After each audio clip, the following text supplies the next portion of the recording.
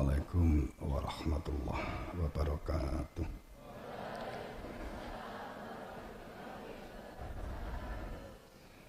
Bismillahirrahmanirrahim. Alhamdulillahirabbil alamin. Asyhadu an la ilaha illallah wa asyhadu anna Muhammadar Rasulullah. Allahumma shalli ala sayyidina Muhammad wa ala ali sayyidina Muhammad. Innallaha ya'muru bil adli wal ihsani wa ita'i dzil qurba wa yanha 'anil fahsya'i wal munkari wal baghi ya'idukum la'allakum tadhakkarun. Pertama kita memunajatkan rasa syukur kepada Allah Subhanahu wa taala atas limpahan nikmat yang telah anugerahkan kepada kita. Dimaukan menjadi hamba Allah dengan tetapnya Islam, iman, dan istiqomahnya hati.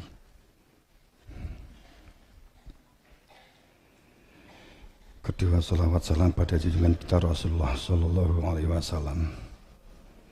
Semoga kita dalam syafaatnya mendapatkan fadl dan rahmatnya, mendapatkan beri-berian kasar dan pangestu guru wasitah.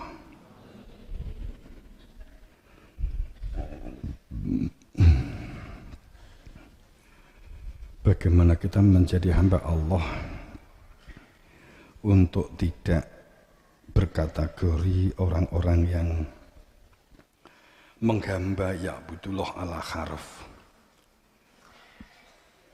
Wa minan asma ya'budullah, kita tidak untuk menjadi hamba-hamba Allah yang menghamba. Ya'budu itu menghamba, wujud menyembah itu. Jadi di antara manusia itu ada orang-orang yang menyembah Allah. Namanya menyembah itu bukan pengertiannya dalam pengertian hanya ritualitas, tapi menghamba di semua aktivitas. Semuanya dipersembahkan, semuanya dipersembahkan untuk Allah. Berpikirnya, bertindaknya, berbicaranya, berkehidupan sosial, bermasyarakatnya,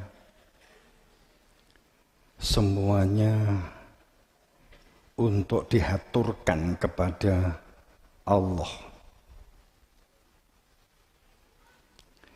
Sehingga yang diaturkan tentu untuk memahasucikan keberadaannya, mengagungkan keberadaannya. Namun di dalam ayat Al-Hajj 11, enek menungso, ada orang manusia yang menyembahnya itu berada di tepi. Kan ini kan untuk koreksi kita toh. Fa'in asobahu khairu atma'ana bih. Jika memperoleh kebaikan, jika memperoleh kebajikan, jika memperoleh kesenangan, jika memperoleh rezeki, jika memperoleh harta benda, jika memperoleh sesuatu yang memenuhi kebutuhan dirinya, jika memperoleh sesuatu yang cocok bagi pikirannya, maka dia tetap dalam keadaan seperti itu. Atma'anna bihi, sepertinya dia berada menjadi bagian dari orang-orang yang beriman. Dia akan banyak berbicara rasa syukur atas iman kepada Allah. Akan tapi wa yasobatuhu fitnah angqalaba ala wajhi. Akan tapi pada saat ditimpa ujian, saat ditimpa tidak enak, saat ditimpa bencana, saat ditimpa sesuatu yang tidak menyenangkan akibat perbuatan dirinya sendiri, akibat pikirannya dirinya sendiri, akibat rekayasa pikirannya sendiri, maka ia Anqalaba ala wajhi, dia membalikkan wajah, berbalik ke belakang, berkeluh kesah, menyalahkan sana sini, tidak berani mengungkap kebenaran, menjadi orang yang tertutup, menjadi orang yang jumut, menjadi orang yang kaku. Maka dia khosirud dunia wal akhirah, dia itu rugi dunia dan akhirat, dan itu disebut sebagai rugi yang sebenar-benarnya, yang nyata. Bagaimana kita untuk menjadi hamba Allah yang imannya supaya tidak berada di tepi, iman yang sebenar-benarnya beriman. Makanya kita melepas pengikat otak karena kelekatan hati kepada hal-hal dunia. Kita bersungguh-sungguh dalam menjalani hidup dunia ini. Kita bersungguh-sungguh dalam mengembangkan potensi berpikirnya, potensi nalar dan rasionalnya, potensi mengembangkan bakat, skill dan keahliannya. Kita kembangkan tapi tidak lekat dalam hal ikhwal dunia itu, sehingga tidak menjiret otaknya kejiret gengsi, kejiret bangga dengan keturunan, kejiret dengan pakaian, kejiret dengan pekerjaan. Yang paling sering itu kan kejiret dunia itu, kejiret turun. Orang ini wes kejiret turun itu bangga dengan aku anak sopo. Itu yang akan mengubur sejati ini menungso, sehingga memahami kebenaran ilmu itu akan sangat terasa sulit, berat.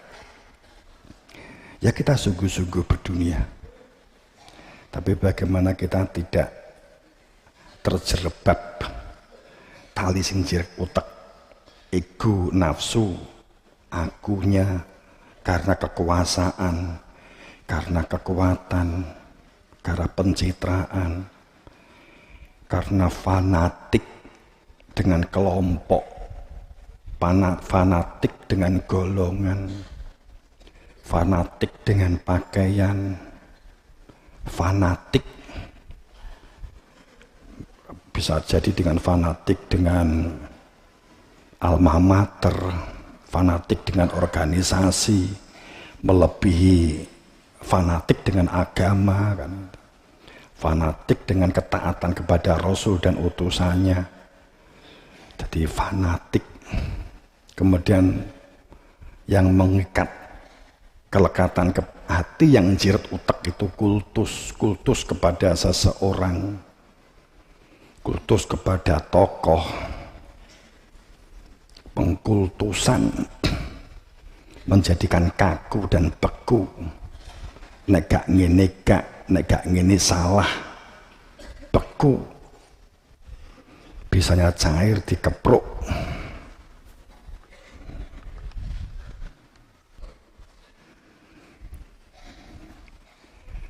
Jadi kita untuk menjadi hamba-hamba Allah yang tidak berada di tepi, ya, untuk tidak menjadi orang yang berkepribadian dalam kendali ego, orang yang hanya berpikir untuk menonjolkan dirinya sendiri, hanya untuk kesenangan dirinya sendiri. Ya ini kan perilaku kita kan memiliki kepedulian. Bahkan saat bersandar, kalau kita berada di tepi, masih juga sempat-sempatnya dirinya itu harus ditampakkan. Ketoknya nyandar, tapi sebenarnya untuk menonjolkan dirinya sendiri. Ini kan kadang kan susupan yang butuh diantisipasi. Terkadang manusia terjebak bahkan saat bersandar itu masih untuk ingin ditampakkan.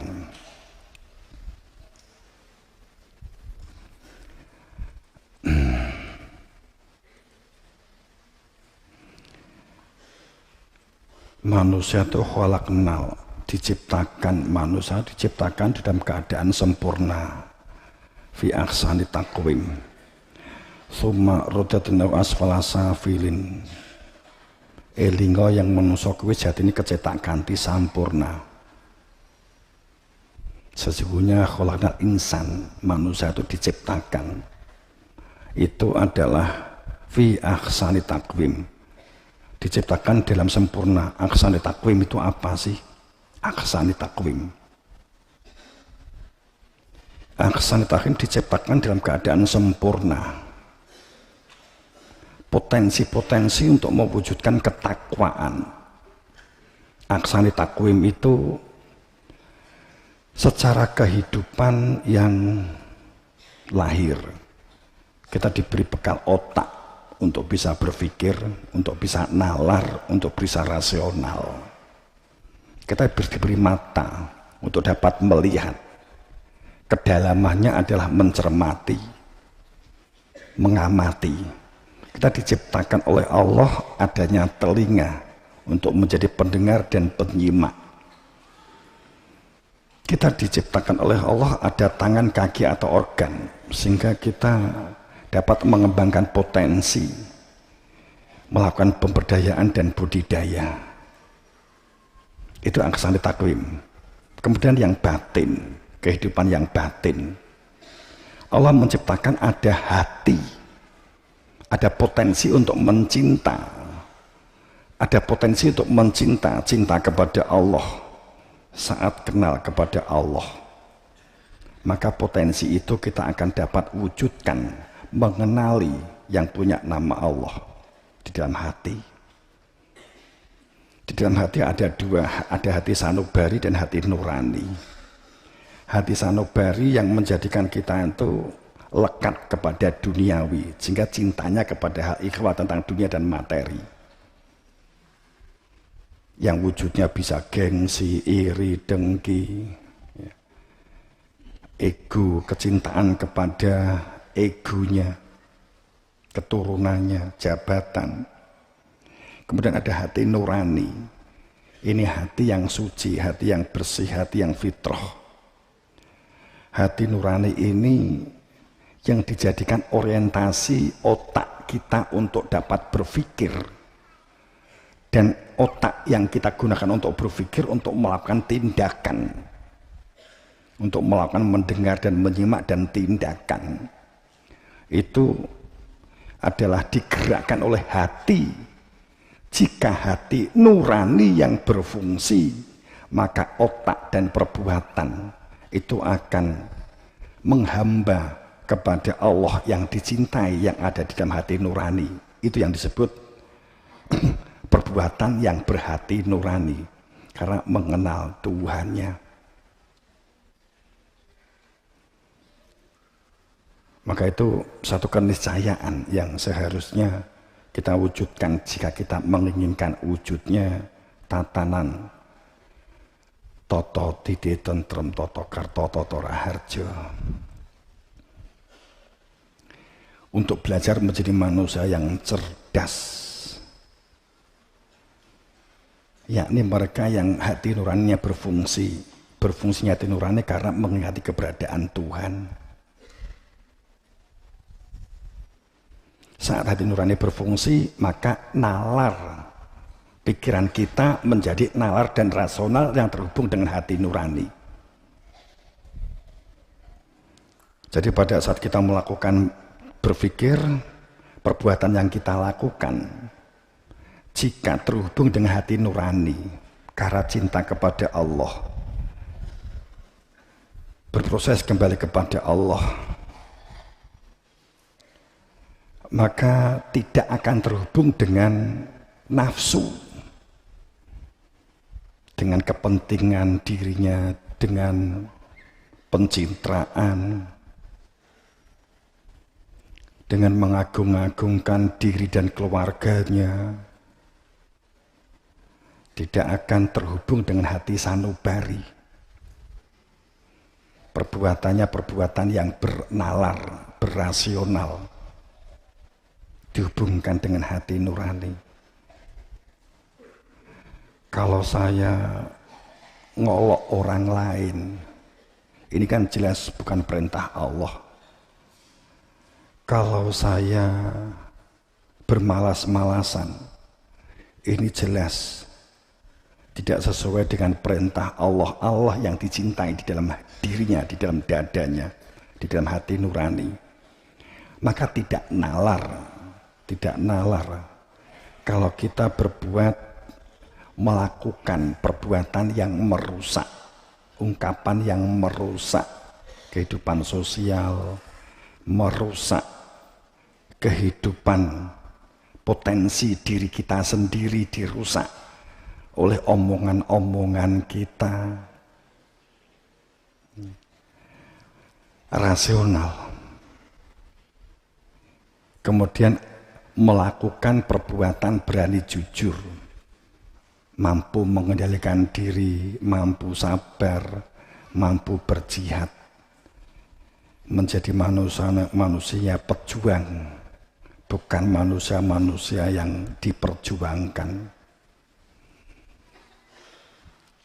Tumekoni itu ilmu itu kelawan laku, lakon pitukon kan gitu.